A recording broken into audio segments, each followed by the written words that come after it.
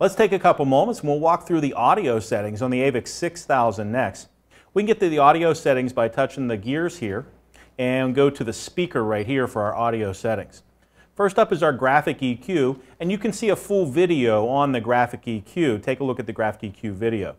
Next up is our fader and balance control, and we can open up that. Here we can have a graphical representation of fade and balance, right to left, front to rear. When you're done with those settings, you can just hit the arrow back up. Next is our mute level, and right now it is set to attenuate. So let's open that window and take a look. Here we can choose to attenuate the music that's playing back when we get a phone call or an instruction from navigation. Attenuate means to drop the volume. Mute means to completely switch the volume off when we get an instruction or have a phone call.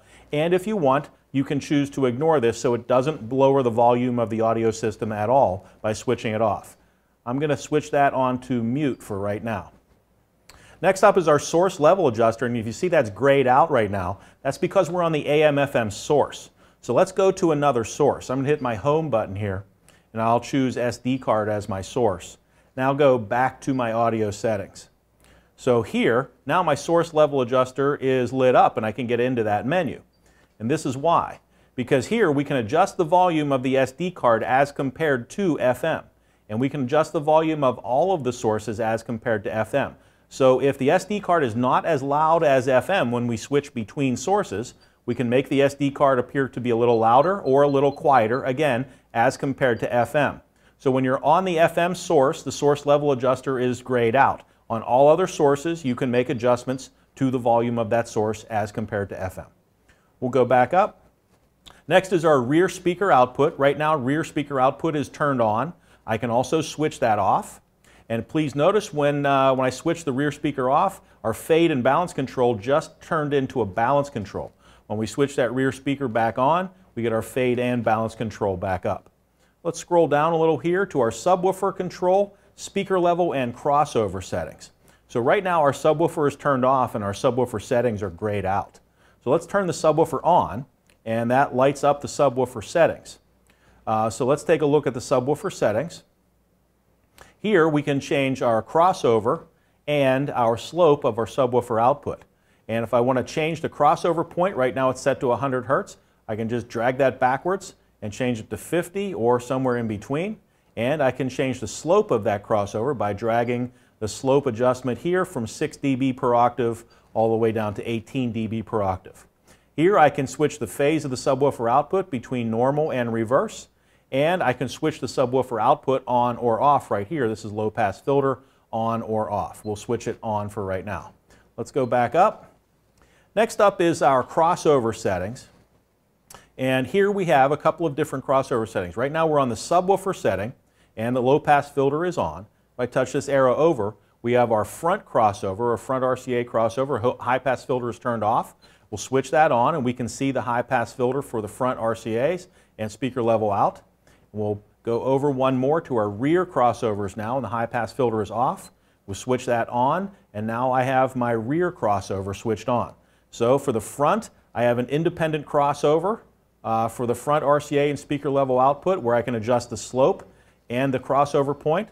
This is the rear RCA output and speaker level output where I can adjust the slope and the crossover point. And this is the subwoofer output where I can adjust the slope and the crossover point. Once you're done making those adjustments, you can go back up and we go to our speaker level now. Here we have an individual volume adjustment for each individual speaker and subwoofer in the car. So I can make the left speaker a little bit louder, I can make the right speaker a little bit quieter, and I can adjust my subwoofer output right here.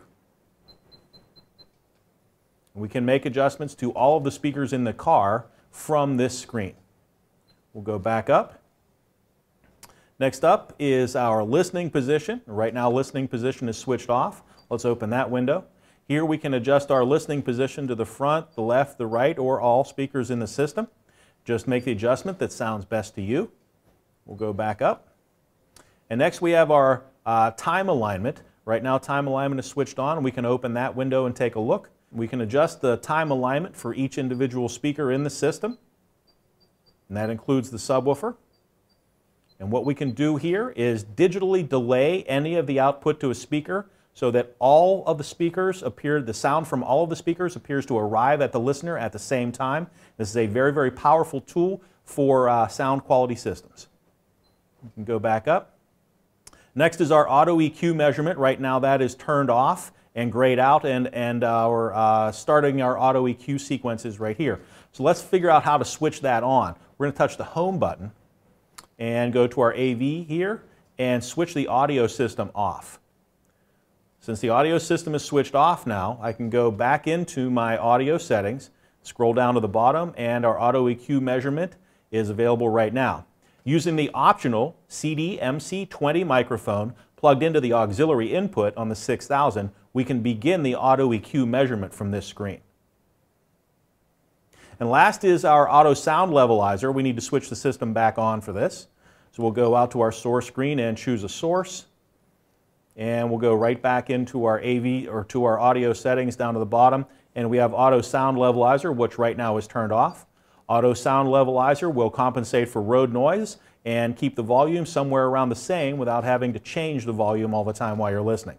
Just make the adjustment that sounds best to you and works best for you.